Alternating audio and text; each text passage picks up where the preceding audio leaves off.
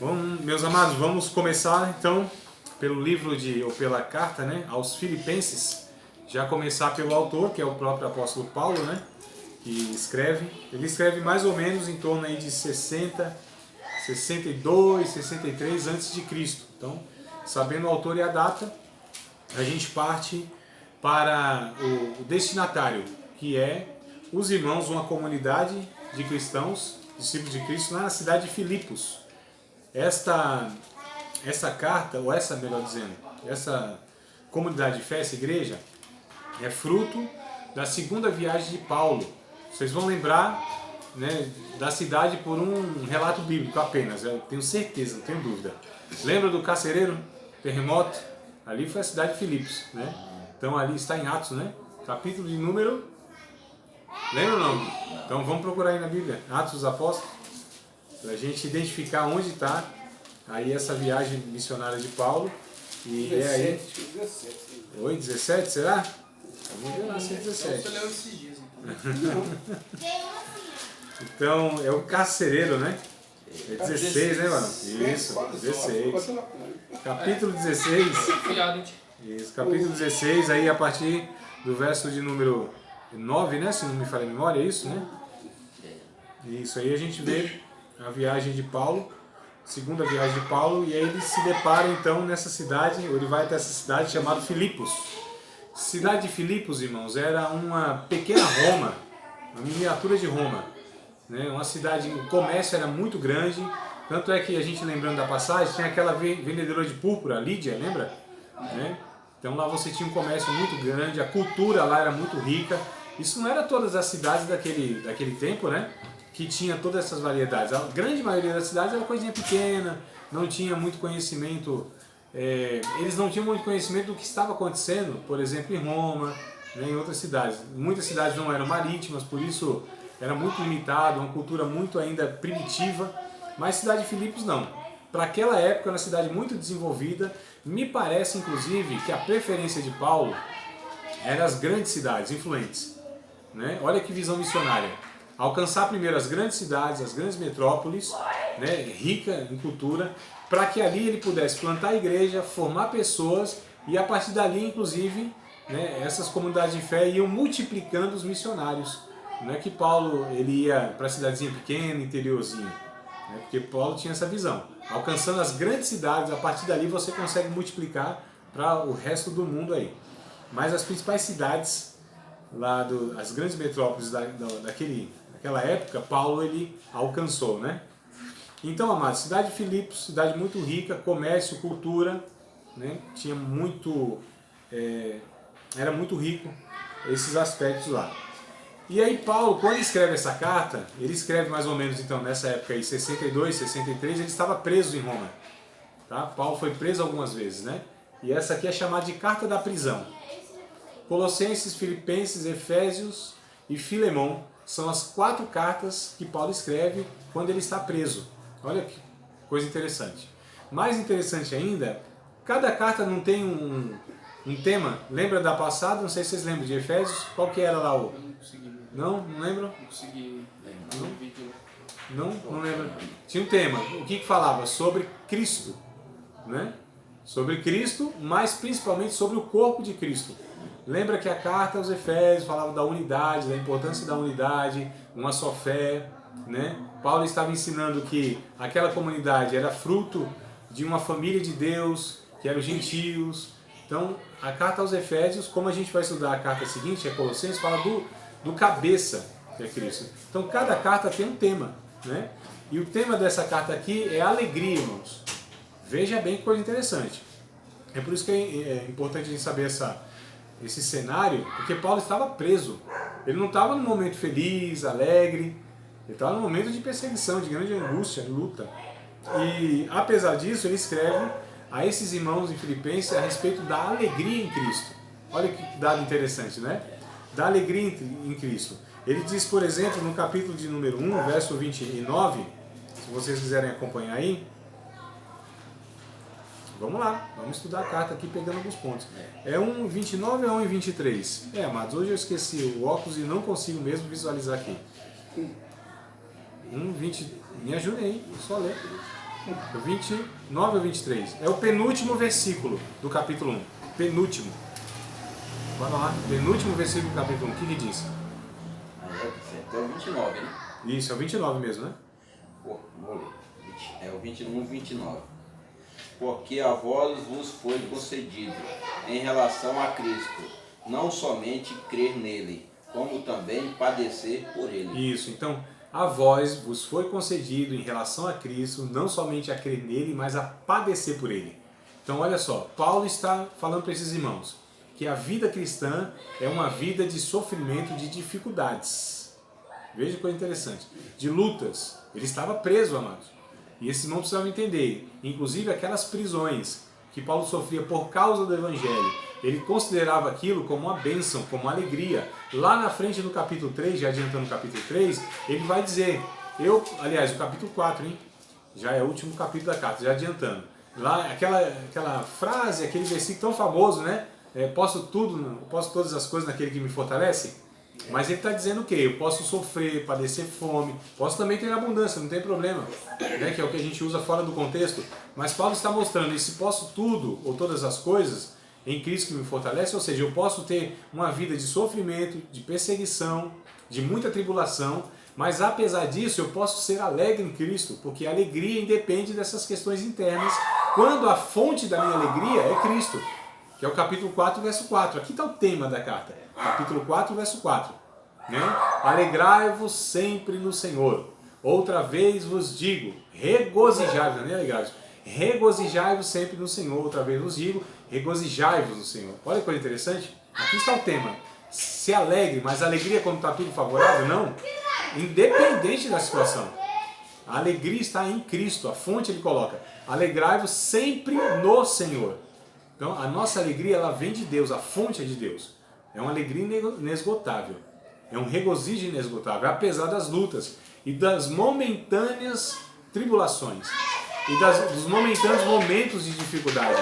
Mas a alegria é possível, ter uma vida alegre, ser alegre. Estar triste é normal da vida, né, irmão? E da vida cristã muito mais ainda, tá? Mas a despeito disso, a alegria. Então, capítulo 1, ele fala a respeito do sofrimento, ele fala a respeito de que a vida cristã é essa vida mesmo, de perseguição, de dificuldades e tudo mais. O capítulo 2 é bem interessante, amados, que ele vai falar sobre uma situação onde tinha lá duas pessoas, aliás, é o capítulo 4, mas o capítulo 2 ele dá uma introdução, aliás, para chegar no capítulo 4. Então, para a gente entender o capítulo 4 que ele vai abordar um assunto, ele entra no capítulo 2, em que assunto? Para que a gente faça, a partir do verso 3, para que a gente faça todas as coisas por humildade, não é? Não por vanglória. O que é a vanglória? Vanglória é onde eu busco a minha própria glória, onde eu faço as coisas esperando que as pessoas me reconheçam e deem mérito a mim daquilo, né? Então ele já vai preparando aqui, ó, essa comunidade de fé, porque ele quer tratar de um assunto lá na frente do capítulo 4 que a gente vai ver. Então ele diz, não façam nada por vanglória, mas sim por humildade, considerando os outros superiores a si mesmo. Então Paulo já está tratando aqui de um problema que tinha na igreja. Via de regra, as cartas são para resolver problema. É só, né, dificuldade na convivência desses irmãos. Nenhuma novidade. Porque tem pessoas que pensam assim, as igrejas do Novo Testamento, as igrejas da Antiguidade, hoje as igrejas estão muito complicadas. Não, sempre foram muito complicadas. Porque sempre houve pessoas, e pessoas são complicadas. Né? E essas pessoas aqui, seja na igreja de Corinto, seja os Gálatas, seja Efésios, que nós estudamos até aqui, elas são pessoas em processo de santificação, de discipulado. Então são pessoas ainda que têm muita coisa a ser transformada na sua vida pelo Evangelho. Não é diferente das nossas igrejas, né, irmão? Eu costumo dizer o seguinte, qual é a diferença dos cristãos e das igrejas de antigamente que eu digo aqui, essas daqui que a gente julga ser, né, as perfeitas. Qual é a diferença deles para nós hoje? A diferença, assim, tem problema, não tem? Eles tinham, nós não temos também? E quando a gente vê, não são os mesmos problemas? Ou às vezes até piores, né? Qual que é a diferença, então, muitas vezes dessas igrejas para as nossas de hoje? É que essas igrejas, a gente percebe que havia, a partir da instrução de Paulo, havia nelas, porque Paulo era o pastor de cada uma delas, né? Ele era esse pastor, ele tinha autoridade de pastoreio, embora tinha lá pastores. Mas os pastores que tinha, a grande maioria também foi discipulado e formado por Paulo. Então a autoridade pastoral maior era Paulo. Ele era esse apóstolo que tinha plantado essas igrejas. Na grande maioria dessas igrejas era ele que tinha levantado, formado, discipulado, né, ministerialmente o pastor ali. Então ele tinha autoridade de pastor, até mesmo sobre o pastor. As cartas pastorais ele dá instrução para os pastores, Tito e Timóteo. Então, via de regra, Paulo era o pastor, pelo menos doutrinador da igreja, né? Embora estivesse lá fisicamente, não tinha como, que ele era um missionário. Mas o doutrinador era Paulo. E aí, qual que é a diferença? A diferença é que através de Paulo, ou do ensino, e isso reproduzido pelos pastores locais, tinha a grande preocupação de tratar os pecados, irmãos. Talvez essa seja a grande diferença para essas igrejas e muitas de nossas hoje. Porque as nossas, muitas vezes, não estão dispostas a tratar os pecados, a instruir, a discipular, a doutrinar verdadeiramente e ter a palavra, a Bíblia, como sendo a ferramenta principal e única, na verdade, de discipular as pessoas. Não é? Hoje a gente tem tantos métodos, tantas novidades, que nem sempre essas novidades são bíblicas. A questão, amados, não é se você pinta a parede da igreja de preto, se de repente tem um joguinho de luz lá. O problema não é se você tem alguns eventos que nós temos hoje. O problema é se não existe conteúdo bíblico nessas coisas. Esse é o grande problema, né? Não é a forma que se faz, forma tanto faz, não existe uma forma única. Não, porque a igreja evangélica precisa ter hino da harpa, 3 hinos no começo. Tem que ter aquela forma que a gente tem tradicional de grupos assim assado. Que a gente tem que ter escola dominical. As pessoas estão endeusando escola dominical. O que nós não podemos deixar de ter é ensino bíblico. Se é no domingo, se é na terça, se é no sábado, tanto faz, irmãos. Então não é a forma, não são os dias, não é o lugar. Igreja não tem que se dar só no templo. Não. O templo é um dos lugares onde a gente se reúne como igreja. Né? Porque olha só que coisa interessante. Veja se não é a mesma coisa do que o Antigo Testamento da religiosidade. Tem que ter o quê? Dia certo, lugar certo e liturgia certa. Isso é o quê? Antigo Testamento, é religiosidade. Evangelho é muito mais do que isso. Evangelho vai para além de um templo, de um dia sagrado e de formas sagradas, de liturgias sagradas, né? Aleluia, aleluia, criançada, hoje aqui tá a bênção de Deus, irmão. Criança é bênção de Deus, coisa boa, né? Quando não atrapalha a aula é muito bom. Sim. Então, mas elas estão certas, talvez a gente está errado, né? Ou os dois estão certos, né? Olha aí, ó, coisa boa. Férias escolar. Aí eu falo assim, rapaz, as crianças não brincam mais de pega-pega, de esconde-esconde. Aí, ó, já me desmentiram aqui, ó. Tá aí as crianças brincando tudo isso. Mãe da rua, é tudo aí. Então vamos lá, ver se a gente consegue aqui. Os bancos vão ter que fazer uma força enorme aí pela gravação de entender. Então, queridos, o grande problema, talvez, ou a grande diferença, melhor dizendo, que nós temos dessas igrejas do Novo Testamento das nossas, não é que a gente não tem, não é que eles não tinham os pecados e os problemas, é que talvez nós não temos as mesmas virtudes que eles tinham. Percebe que não é a mesma coisa? Então a gente precisa ter a seriedade de tratar biblicamente, irmãos. De viver de uma forma bíblica na nossa comunidade de fé. Problemas é inevitável. Gente, é muito difícil. Nem todo mundo é maduro. Aliás, pouquíssimas pessoas dentro de igreja, inclusive na própria vida em si, elas são raras as pessoas maduras. Né? Pessoas equilibradas, sensatas, ponderadas, pacientes, né? Imparciais, que não julgam as outras pessoas, que são misericordiosas. É muito difícil você encontrar uma pessoa equilibrada, gente passiva, gente que fale pouco e ouça bem mais. Isso é gente madura, né? Gente que ela é compassiva e sofre com o sofrimento das outras, gente que sacrifica pelas outras. Então é muito difícil na vida, infelizmente, e deveria ser melhor na igreja, porque a igreja teoricamente, teria que trabalhar o caráter das pessoas, levar essas pessoas a ser seres humanos melhores, não é, irmão? Então, olha a grande diferença. Então, o problema a gente vai ver que tem aqui. E o que Paulo pega no capítulo 2, para já dar o exemplo maior para esses irmãos. Bom, vocês não vivam de uma maneira onde vocês acham que os outros são inferiores a vocês, né? Porque havendo esse pensamento, já há o desrespeito, já não há muita paciência, a gente já acha que pode ofender as outras pessoas, que as outras pessoas têm que nos servir. E Paulo começa falando aqui, então, nada façais por vanglória, né? Por vanglória, mas por humildade, e não também por contenda. Não faça essas coisas baseado nisso. Aí ele diz, tende entre vocês o mesmo sentimento que houve também em Cristo Jesus, que sendo em forma de Deus, não teve por um direito próprio, um direito seu, ser igual a Deus. Antes aniquilou-se a si mesmo, se esvaziou de si, assumindo a forma humana, achado na forma de homem, né? Ele se humilhou a si mesmo. Aí Deus o exalta a partir da sua humilhação. Então Paulo já está trabalhando, vocês devem ser humildes, gente simples, gente que faça as coisas considerando como as outras devem ser servidas. Olha que coisa interessante. Então haja esse mesmo pensamento que houve em Cristo Jesus. Vocês precisam ser igual a Jesus, igual a Cristo. Olha uma coisa interessante, irmãos.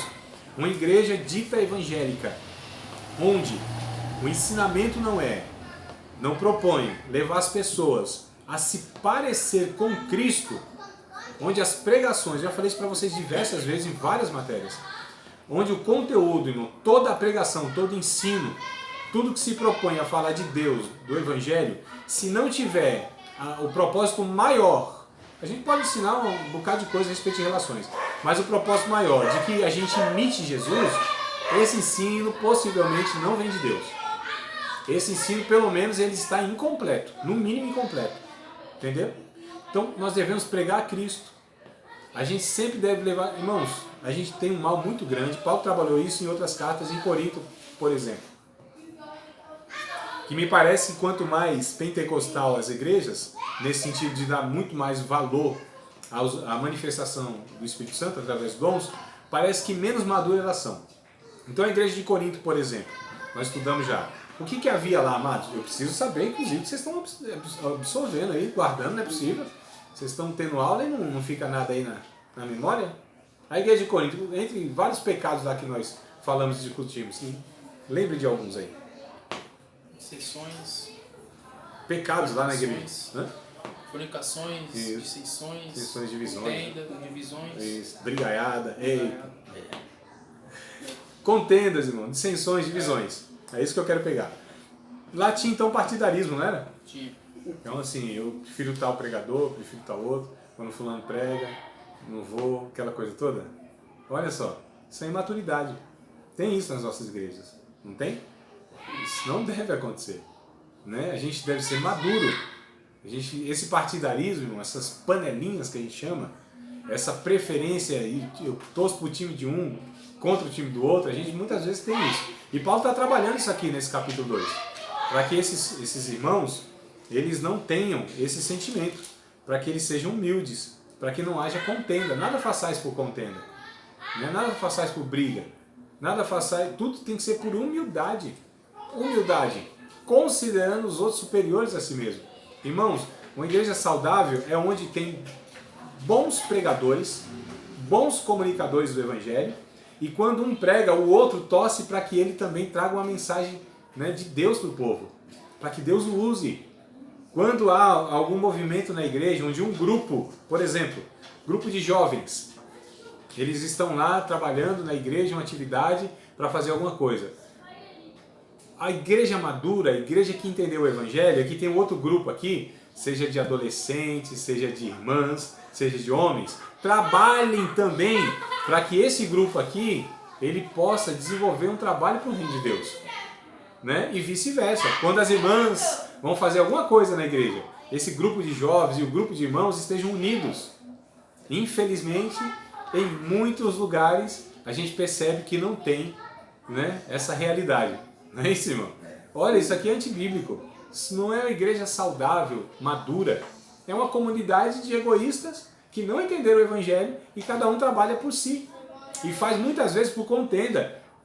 Não, vou mostrar que o nosso vai ser melhor do que os jovens. Às vezes não fala, mas aqui, ó, coraçãozinho, Tá cheio. né? Pensa isso. Deseja isso. Não, foi uma bênção aquilo que os homens fizeram, nossas irmãs vão fazer um negócio muito melhor. É para Deus. Será? Nem sempre é essa conversa que é para Deus, né, irmão? Nem sempre. E Quando um grupo faz alguma coisa e o outro não coopera, calma aí, que corpo é esse? Que comunidade é essa? Que família é essa, irmãos? Onde um se esforça numa atividade e o outro, tendo condições de cooperar, não faz. Não é estranho isso? Não é? Quando um participa, muitas vezes a gente vê isso em igrejas. Culto lá com a participação das irmãs. Cadê os homens? Culto com os jovens. Cadê as irmãs?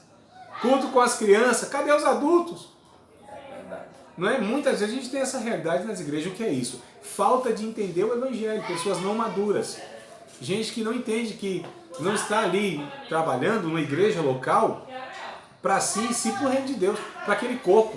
Irmãos, se nós não sabemos cooperar, se a gente não tem esse desejo e sentimento numa igreja local de se ajudar e de trabalhar um em prol do outro, ou seja, considerando os outros superiores a nós mesmos, imagina o reino de Deus, fica longe disso. Imagina isso ir para uma mentalidade de não, uma outra igreja que é nossos irmãos, nós vamos cooperar com eles. É por isso que nós temos dificuldade de unidade da igreja, que é o que nós falamos na igreja de Efésios, aos Efésios, né? Na igreja de Éfeso lá. A unidade. Então, unidade do quê? De uma igreja local? Claro, mas o que Paulo está dizendo, a unidade é maior do que a igreja local. A unidade é do corpo de Cristo. E o corpo de Cristo não se resume a uma igreja local. Uma igreja local é parte do corpo de Cristo. A igreja local é parte do reino de Deus.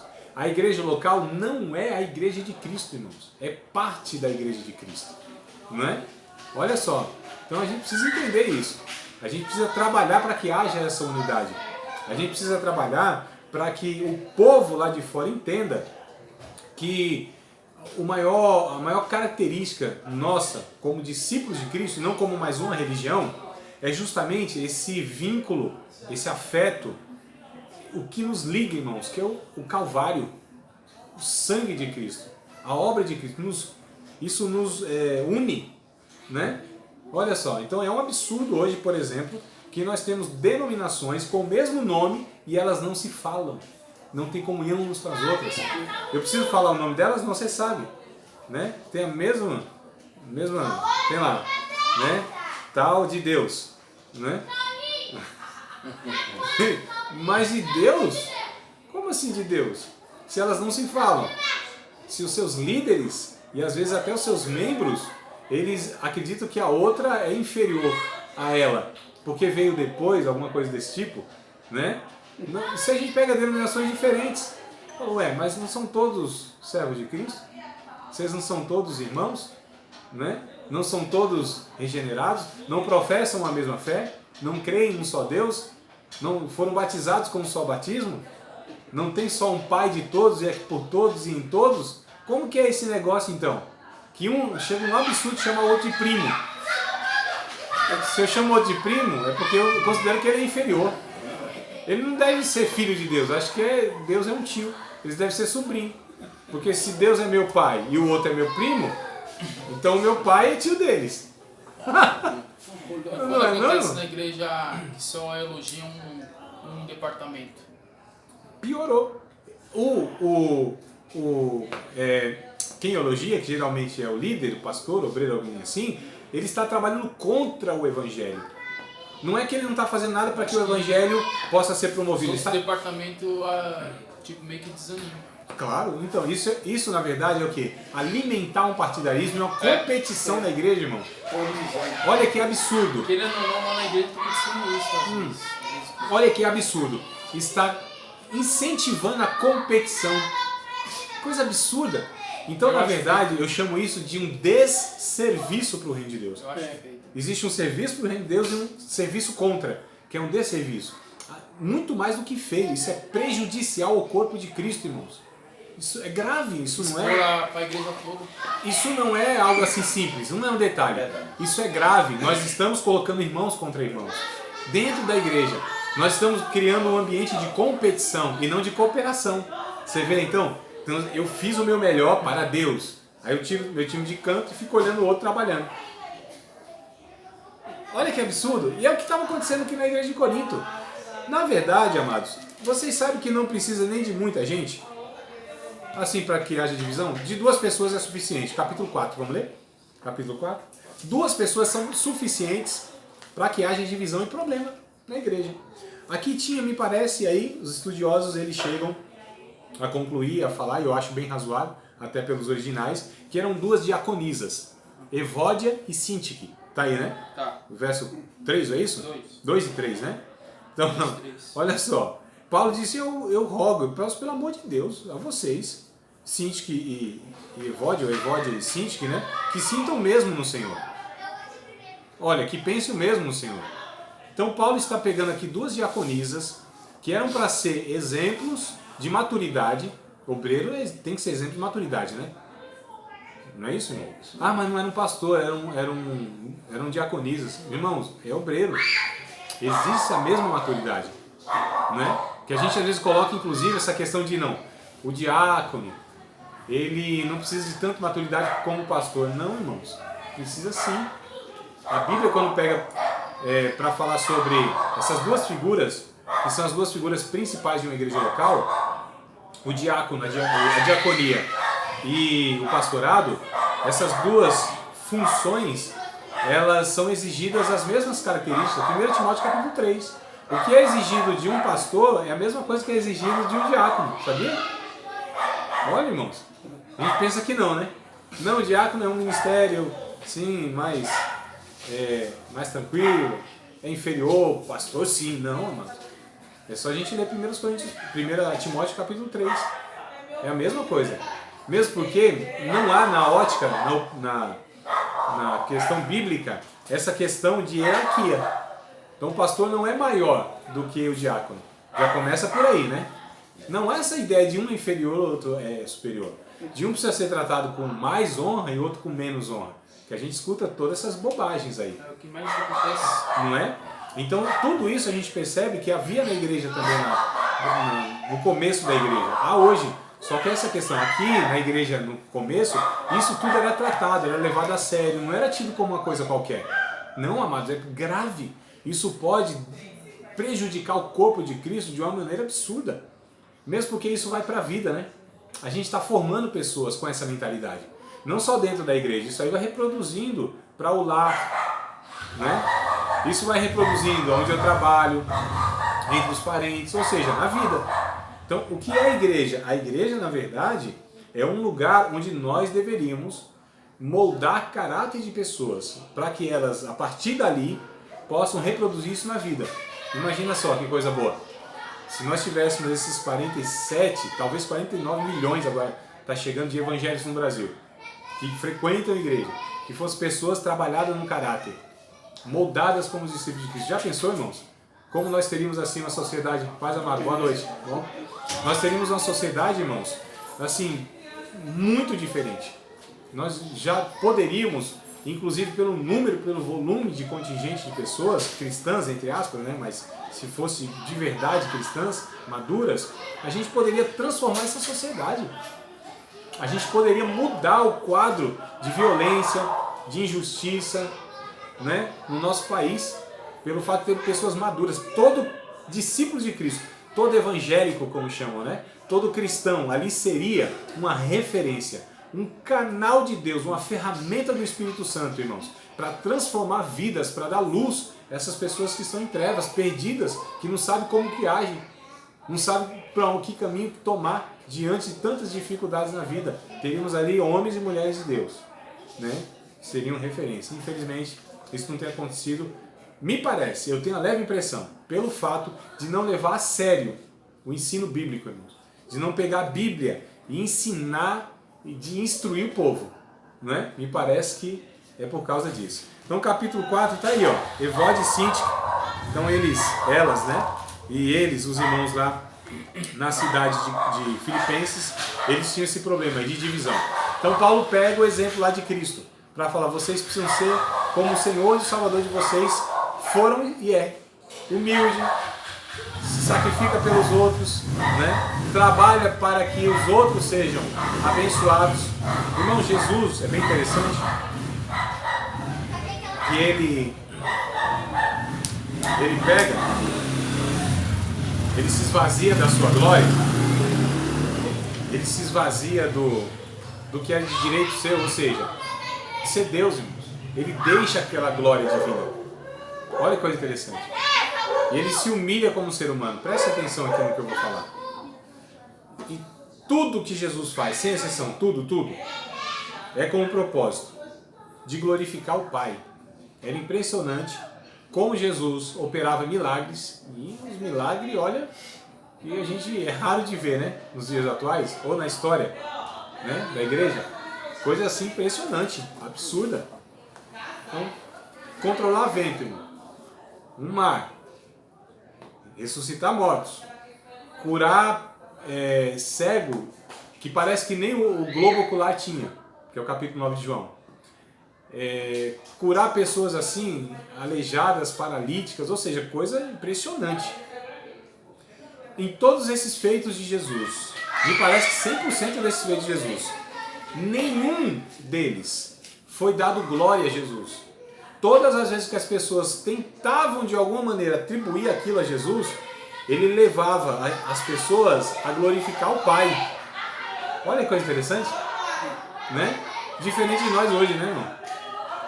Quando Deus opera por nós alguma coisa assim, que o povo vai nos elogiar, vai colocar a gente num pedestal, nossa, irmão, a gente não faz o mínimo esforço para desconstruir aquilo, né? O mínimo esforço. Então a gente vê hoje o absurdo de ter dentro de igreja estrelas, não é? Eventos onde se aquela pessoa tiver, nossa, é um negócio assim. E a gente até fala que o ouro de fora parece que brilha mais do que a prata da casa. Por quê? Porque criou-se esse estrelismo. E os caras, essas pessoas aparecem assim, nós chegamos ao absurdo de ter estrelas gospel, de ter cachê assim, assim absurdo, altíssimo, de artistas, né? Só vai se aquele cachê for pago. Se tiver hotel 5 estrelas, né, irmão? Se tiver coisas assim, exigências que são de artistas do mundo. Eles não entenderam o chamado deles e quem eles são. A gente vê absurdo de alguns, né, caíram nisso, tiveram que pedir perdão, fizeram declarações absurdas. Bom, todo mundo sabe, nós sabemos, ele depois se retratou. Deus queira que de fato ele tenha se arrependido, que é o Thales, aquele Thales Roberto, né, chegou a declarar que ele estava acima da média dos cantores evangélicos.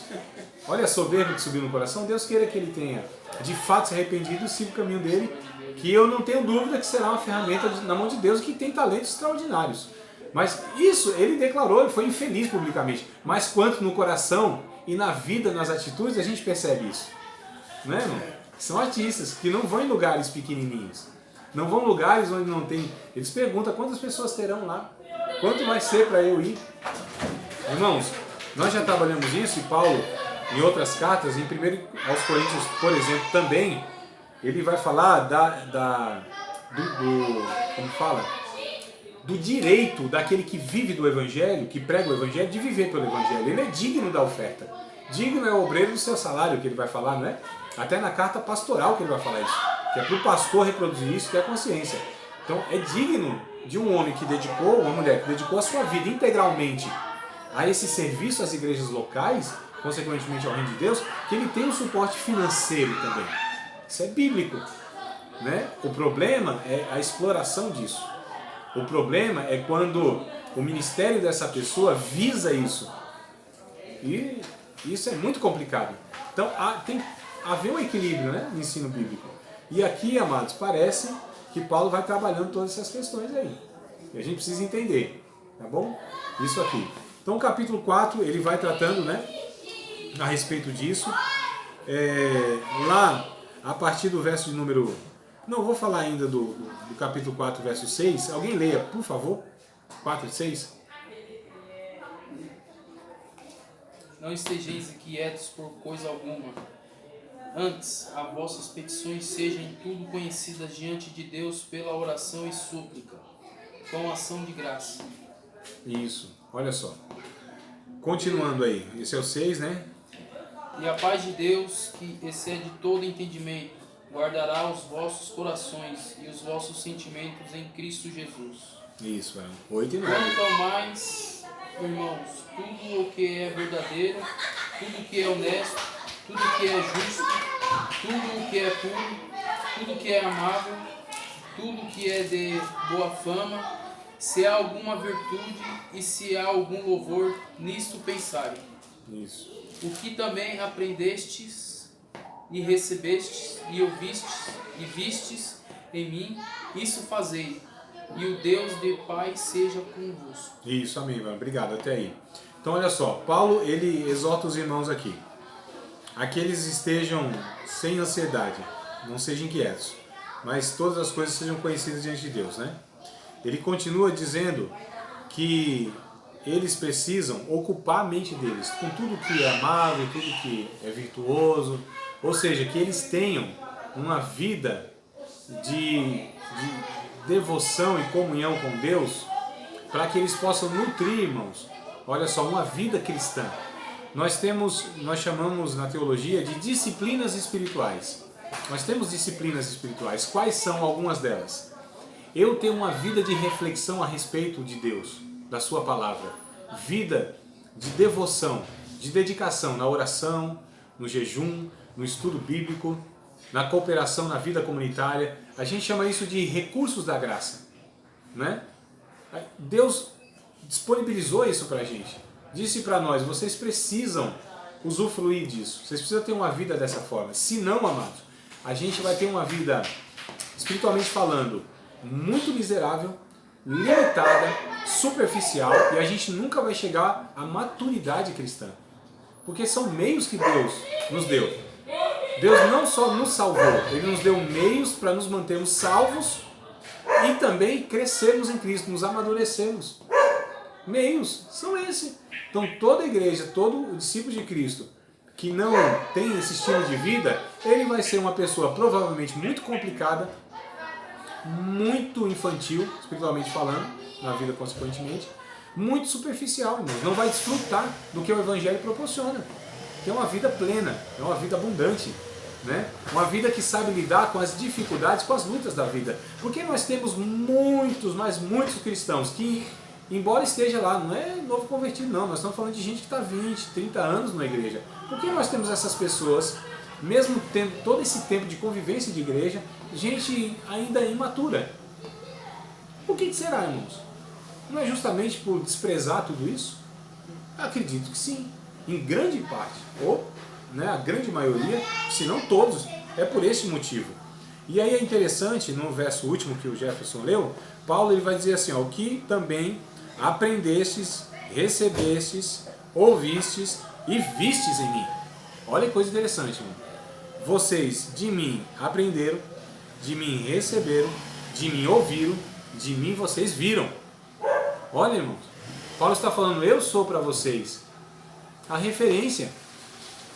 Eu sou a referência humana para vocês, porque eu sou imitador de Deus. Então vocês de mim, vocês tiveram exemplo, vocês receberam de mim, vocês viram em mim, eu fiz, eu só ensinei não. Vocês não só aprenderam pela minha instrução, vocês aprenderam pela minha vida. Então vocês ouvistes de mim. Eita, agora não vou dar conta de ler não. Continue, Jefferson, esse depois de mim. Aprendeste de mim. O que também aprendestes e recebestes e ouvistes e vistes de mim, isso fazei. Isso fazei. E o Deus de paz seja convosco. Então Paulo está chamando a atenção. Pratiquem isso. Façam isso. Irmãos, o incentivo que a palavra de Deus ensinada e exposta dá é para que a gente pratique isso, para que a gente viva isso. Então a gente precisa treinar, na verdade, os cristãos a viverem na vida. Que maravilha! Isso é culto pentecostal, aleluia! Vocês não dão glória a Deus, as crianças dão, tá vendo? Coisa boa, né? Então assim, amados, olha só, isso aqui é um ensino para quem quer ser uma igreja bíblica, ter uma vida cristã abençoada, né? No âmbito pessoal, crescer como pessoa, como discípulo de Cristo, e para quem se reúne. Paulo está escrevendo para uma igreja, mas a igreja também é constituída de pessoas. Então cabe ao indivíduo e cabe à coletividade. Capítulo 4 em diante, aqui depois do verso que o Jefferson leu, aí Paulo vai entrar justamente naquele texto, né, que ele fala que, verso número 12, Jefferson, me ajuda aí, 12, 13 e 14. 12, 13, não, 11, 12 e 13, irmão. Não digo isto como por necessidade, porque já aprendi a contentar-me com o que tenho. Sei estar abatido e sei também ter abundância. Em toda maneira e em todas as coisas estou instruído, tanto a ter fartura como a ter fome, tanto a ter abundância como a padecer necessidade. Posso todas as coisas naquele que me fortalece. Isso. Então olha só, amados. Paulo está também instruindo esses irmãos a realidade da vida, que é outra coisa complicada que a gente muitas vezes não faz, e a gente ensina que evangelho é onde a gente vai se livrar de tudo quanto é dificuldade da vida e Deus vai operar milagre a ponto de resolver e solucionar todos os problemas da vida. As mensagens muitas vezes elas têm esse aspecto, esse cunho. E a gente faz o quê? Infantiliza as pessoas. E elas não enfrentam a realidade da vida. Não é, irmão? Uma oração vai resolver, uma campanha vai resolver, um dízimo que se dá vai resolver, um voto vai resolver o problema, não é? Então, assim, a idas e vindas ao tempo vai resolver. Não, amado. A obediência à Bíblia vai resolver os problemas da vida? Não resolve. Não resolve, irmão. Os homens, parece, os homens que mais obedeceram a Deus, esses homens foram os que mais sofreram na vida. O que a gente está falando aqui? De um homem que estava preso. Será que Paulo não obedecia a Deus? Será que Paulo não era temente a Deus? Será que Paulo não fazia a vontade de Deus? Será que Paulo não amava a Deus? Será que Paulo não orava o suficiente? Será que Paulo não fazia, irmão, aquilo que Deus lhe orientava a fazer? Será? Claro que não. A gente sabe que sim. Mas Paulo, Paulo é aquele que sofreu na vida uma coisa absurda. Então essa mensagem ela é mentirosa. De que se a gente obedecer tudinho, tudo vai dar certo. Né? Vai dar tudo certo, em nome de Jesus, se a gente colocar a nossa fé em ação e confiar, se orarmos a Deus. É um pouco antiguinho, sabe, né? Vai dar tudo certo. Mentira. Não, tem muita coisa que vai dar errado na nossa vida. A gente vai sofrer muito. Vai ficar desempregado, vai morrer de câncer, vai ser assaltado, vai perder entes queridos, vai passar grandes dificuldades, angústia, vai ter depressão. Tem gente até se suicidando, hein, irmãos? E a gente vai falar o quê? Não tinham fé em Deus? Será? Não eram pessoas de Deus? Será? Olha, coisa perigosa, né? A gente chegar nessas conclusões.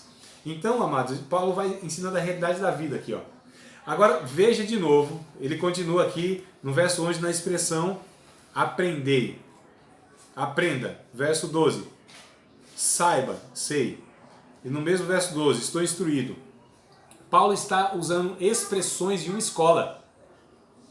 Uma coisa interessante. Aprender, saber e ser instruído. Não é?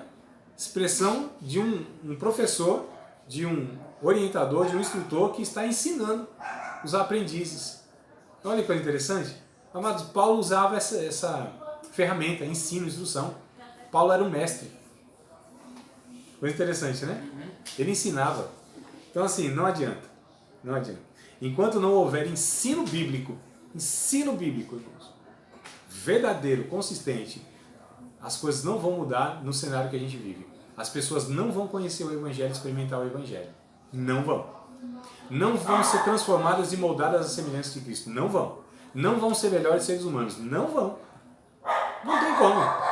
Arrepio, dons espirituais, o poder de Deus, como a gente disse que é o poder de Deus sendo derramado da igreja, arrebatando pessoas, isso não muda caráter. A gente sabe muito bem. A carta aos Coríntios está para provar isso, inclusive. Não muda caráter. É um aspecto da glória de Deus, é um aspecto do Evangelho que deve ser considerado, desejado, buscado e experimentado, desfrutado. Não é? Tinha mais problema. Que não era mais espiritual, é um termo que a gente usa, né, Jefferson? É, porque era mais espiritual por causa do enriquecimento de dons, né? Dos dons lá, então, era manifesto. Isso, mas essa expressão espiritual a gente usa, talvez eu, na minha opinião, de uma maneira não tão correta. Porque a gente liga o quê? O que é espiritual? É esse poder do Espírito Santo. Curas, línguas, profecias e tal. Mas será o que a Bíblia ensina como sendo espiritual mesmo isso? Um crente espiritual é um crente que é usado por Deus através desses dons? Será que é isso que a Bíblia diz que isso é espiritualidade? Isso é uma pessoa espiritual? Me parece que não. Mesmo porque Paulo diz para quem dos Coríntios, vocês são carnais. Vocês são meninos em Cristo. Então percebe que é uma expressão que nós usamos, eu sei que nós usamos, mas me parece que não é bíblica não. Agora, quando Paulo vai falar sobre espiritualidade, ser espiritual e maduro, ele fala sobre o fruto do Espírito lá em Gálatas. Não é? Se vocês são governados pelo Espírito, se o Espírito rege a vida de vocês, se vocês são espirituais, então vocês têm que ter amor, gozo, paz, longanimidade, benignidade, bondade, fidelidade, mansidão e temperança. Os 9, ó, até o ex-presidente Lula podia falar assim, os 9 dons, os 9 dons, né? Desculpa, os 9 aspectos do fruto do Espírito, que é o que caracteriza a verdadeira espiritualidade. Então, uma pessoa espiritual, na ótica bíblica, é uma pessoa que tem caráter cristão e não que tem carisma. Vê a diferença? Então, Paulo vai trabalhando tudo isso, amados. É muito interessante. E ele vai dizer, olha, o espiritual, então, é essa pessoa que é humilde, que ela se alegra em Deus apesar das dificuldades, que ela sabe lidar com a realidade da vida, de escassez e abundância. Tem 2 aspectos aqui. Tem gente até que sabe lidar com dificuldade, escassez. Oh, rapaz, pobre, oh, vida difícil. Coisa, vamos buscar Deus, depender de Deus, a vida não consiste nisso. Aí essa pessoa, assim, há um revés na sua vida, e essa pessoa começa financeiramente a ser muito abençoada nesse aspecto. Vira uma pessoa o quê?